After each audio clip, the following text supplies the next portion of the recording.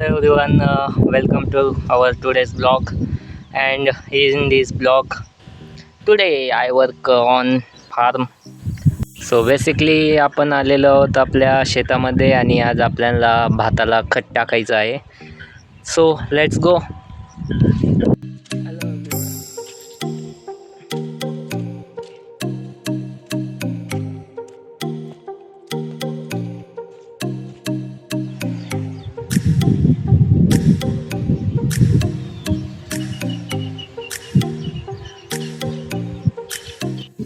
खताची गोण आपण आणलेली आहे, हे बघू शकता तुम्ही. आणि पाऊस पण येतो आहे सध्या, पण आपल्याला खत टाकण्याचे. तर चला या चिखलामध्ये खत टाकायचं आहे आज आपल्याला.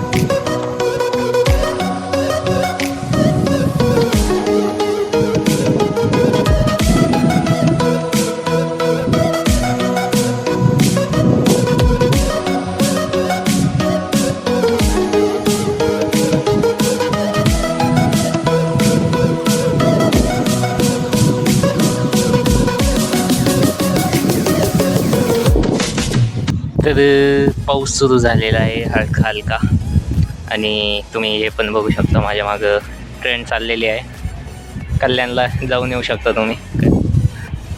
तर चला खत टाकल्यानंतर भेटूया. आज 15 ऑगस्ट आहे आणि आठवड्यातून एकदा शनिवारची सुट्टी मिळते. त्याच्यात पण हे खत टाकायचं काम म्हणजे पूर्ण सुट्टीची वाट लावणं. पण काय जे पोरं म्हणत्या घरी राहणं त्यांची मजा असते. घरी राहिल्यानंतर हे अशी कामं करायला लागतं घरचे. काय सांगायचं, त्यापेक्षा हॉस्टेलवरच्या पोरांची मजा आहे खरं म्हटलं. बरं आहे, असू द्या. या कोण जरी खत मारायला मदतीला झालेलं आहे आपलं. आणि आता आपण चाललेलो आहोत विहिरीकडे मध्ये. तर शेतामध्ये यंदा आम्ही वृक्षारोपण केलं आहे. आंब्याची झाडे लावली, आंब्याची. 4 वर्षांनी आंबे येतील त्याला. आणि मग आम्ही तर कोणताही आता या हे बघू शकता यंदा हे लावले. आणि तिकडं जे बघताय ते मागच्या वर्षी लावले गेलेले. तुम्हाला पण वृक्षारोपण केलं पाहिजे. तर सगळ्यांना आपलं खत मारून झालेलं आहे. आणि आता मी तुम्हाला दाखवतो आमच्याकडच्या विहिरीचं पाणी.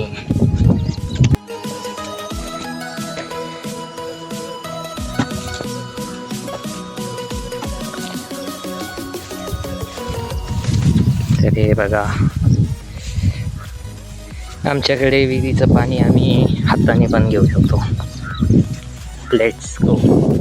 याच्यामध्ये काहीतरी आहे का ते बघा. बेडक बेडक बेडक बेडक बेडक.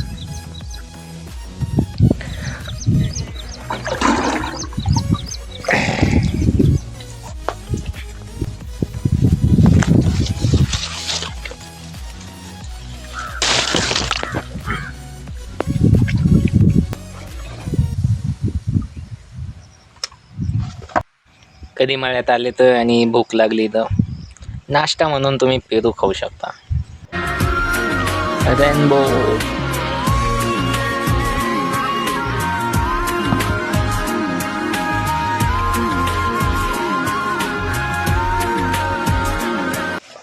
इसी के साथ ही आज का ब्लॉग यहीं पे ख़त्म करते हैं. मिलते हैं अगले ब्लॉग में. तब तक के लिए टाटा बाय बाय.